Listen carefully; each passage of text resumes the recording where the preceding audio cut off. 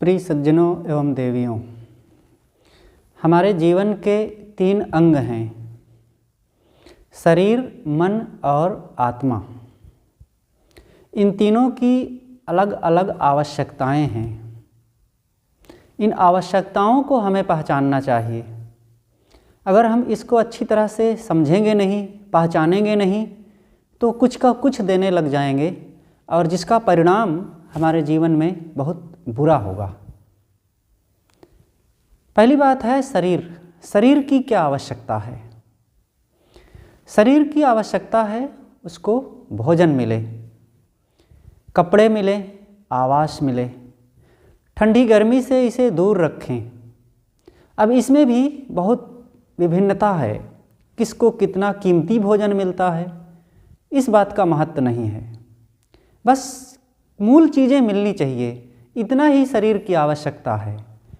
अब अगर हम चीज़ों पर ध्यान देने लगे, ऐसा भोजन, ऐसी चटनी, ऐसा अचार और ऐसे कपड़े, ऐसे कीमती कपड़े हों और ऐसा मकान हो, इतना कीमती, इतना आलीशान, इतने सुंदर, तो ये सब मन का क्षेत्र आ गया है, ये शरीर का क्षेत्र नहीं है।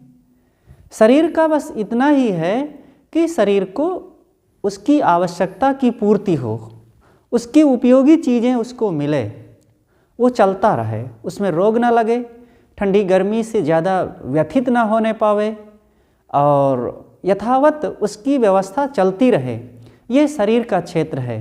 और जब इसको हम नहीं समझते हैं तो फिर अनेक दोष हमारे जीवन में उत्पन्न होने लगते हैं। फिर खाने पीने में विकृति आने लगती है, अंडा मांस मछली खाने लगते हैं। ये भी फिर मन का चक्कर आ गया है। शरीर की आवश्यकता नहीं है, ये मन की आवश्यकता हो गई।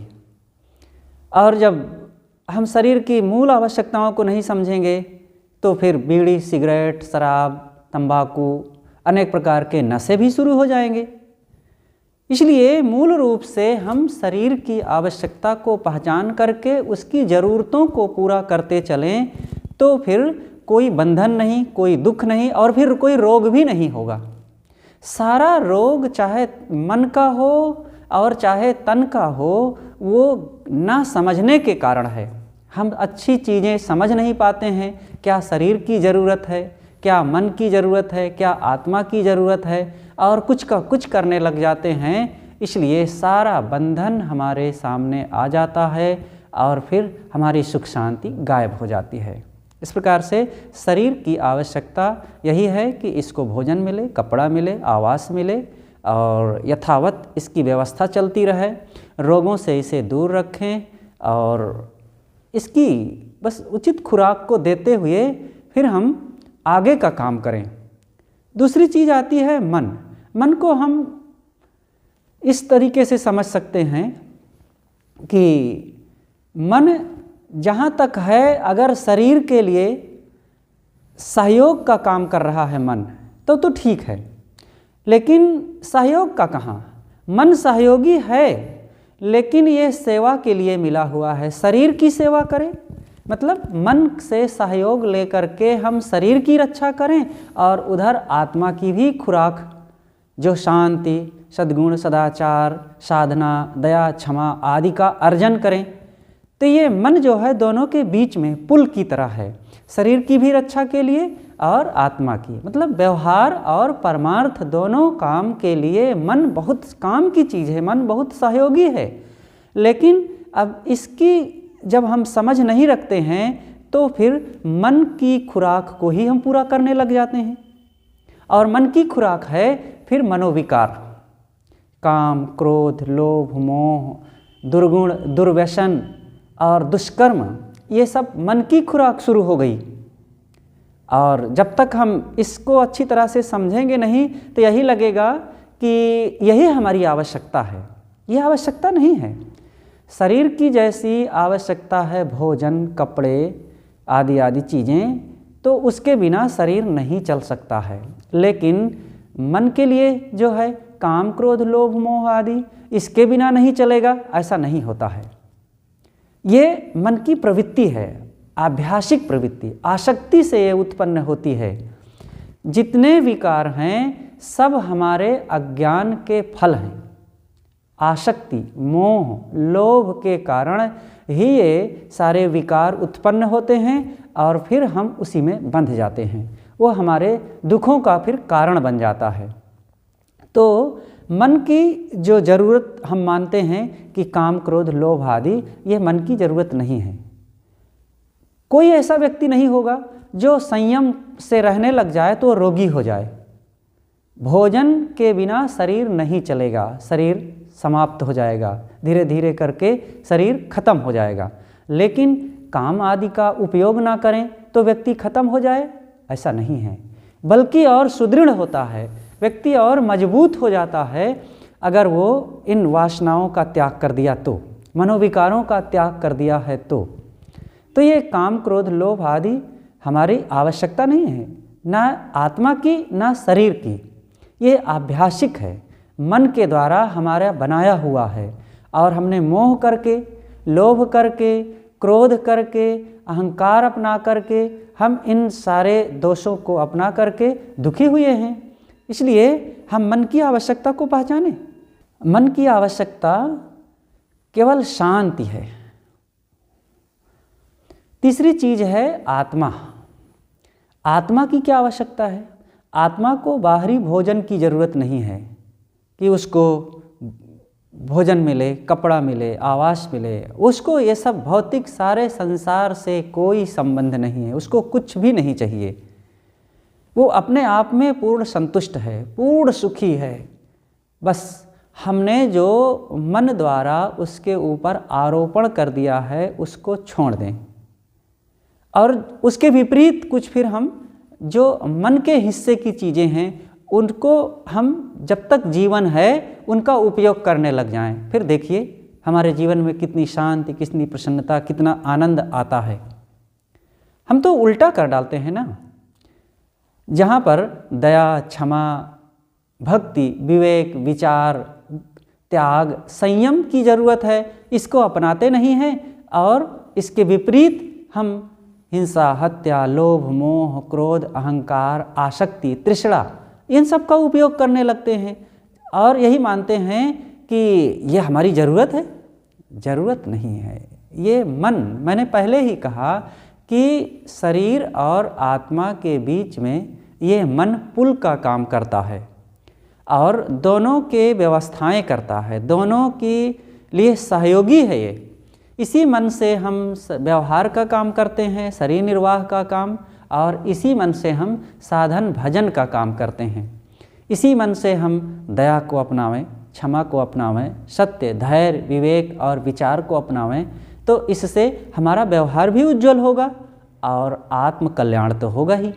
लेकिन ये ना करके हमने विकारों को खुराक मान लिया और मन को उसे दे दे करके उसको पोषने लगे और जितना ही देते गए उसकी इच्छा बढ़ती गई और इच्छा फिर आवश्यकता लगने लगी और फिर उसको पूरा करने लगे। तो ये जितना शरीर की ज़रूरत नहीं और जो आत्मा की ज़रूरत नहीं, अब ये मन की ज़रूरतें ज़्यादा हो गई हैं और इसको पूरा करते करते हमारा समय बीतता है, शक्ति नष्ट होती है और शांति तो पूरी की पूरी नष्ट हो ही जाती है। इसलिए आत्मा की खुराक को हम पहचानें। ये जो मन द्वारा हम खींच खींच करके तमाम इच्छाएं, कामनाएं लाते हैं, ये हमारी आत्मा की खुराक नहीं है, ये मन द्वारा है, मन से निर्मित है। मन हमारा मान्यता जनित है और मान्यताएं सदैव बंधन ही देती हैं। अच्छी मान्यता अच्छी बात है, जैसे कि एक गुरु की मर्यादा है, संत की मर्यादा है, माता पिता की मर्यादा है, भाई बंधुओं की मर्यादा है, अपना घर, अपनी चीज़ें, ये एक छोटी सी मान्यता है। इतनी मान्यता की आवश्यकता है और इससे व्यवहार में, परमार्थ में बड़ा सहयोग कई चीज़ों में मिलता है। लेकिन ये मान्यताएं अगर हमने मजबूत बना लिया और जटिल बना लिया तो फिर वो दुख बढ़ जाता है और फिर अनेक प्रकार की समस्याएं उत्पन्न होने लगती हैं। इसलिए मान्यताओं के चक्कर में ज़्यादा ना पड़ें। मन जो हमारा तमाम विषयों की तरफ बहने लगा, यही तो बंधन है। आत्मा की आवश्यकता को हम पहचानें। आत्मा की आवश्यकता है शांति, उसका स्वरूप ही शांत है, पूर्णतः वो शांत है। लेकिन हमने जो मन द्वारा तमाम कर्म करके मान लिए कि यही हमारी आवश्यकता है, वही बंधन बनाने लगी, वही दुख का कारण हो गया है।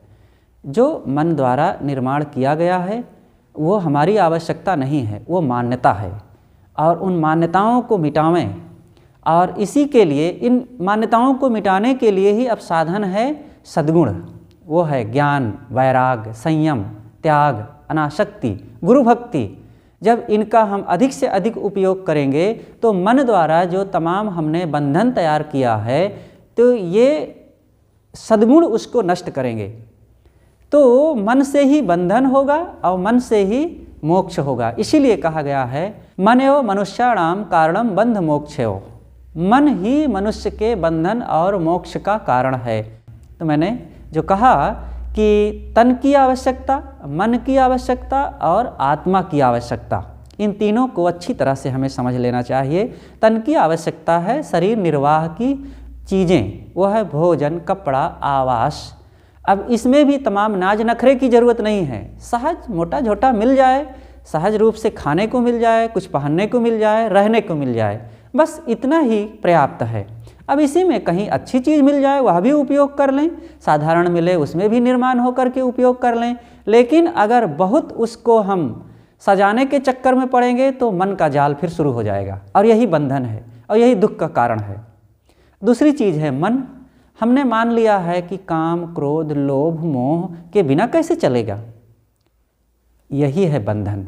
ये ज़रूरत नहीं है, ये हमारी आसक्ति के कारण है।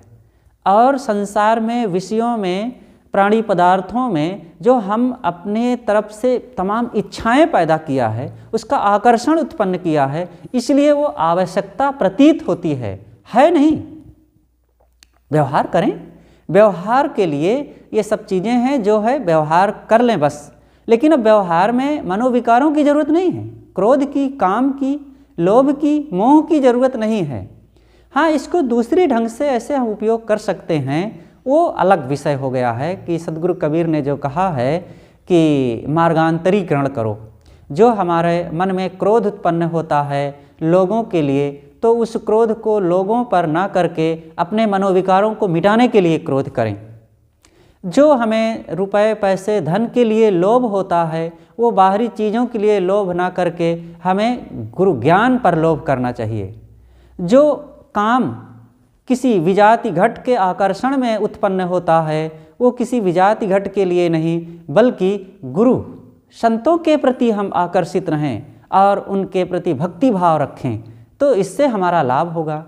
और जो मोह बाहर हो रहा है चीज़ों का, हम कल्याण से मोह कर लें, कल्याण के प्रति हम अपने मन को जोड़ लें कि वो चाहिए, तो फिर देखिए ये ऐसी भावना आ जाए तब तो आनंद ही आनंद है, शांति ही शांति है, फिर तो कोई बंधन ही नहीं रह जाएगा।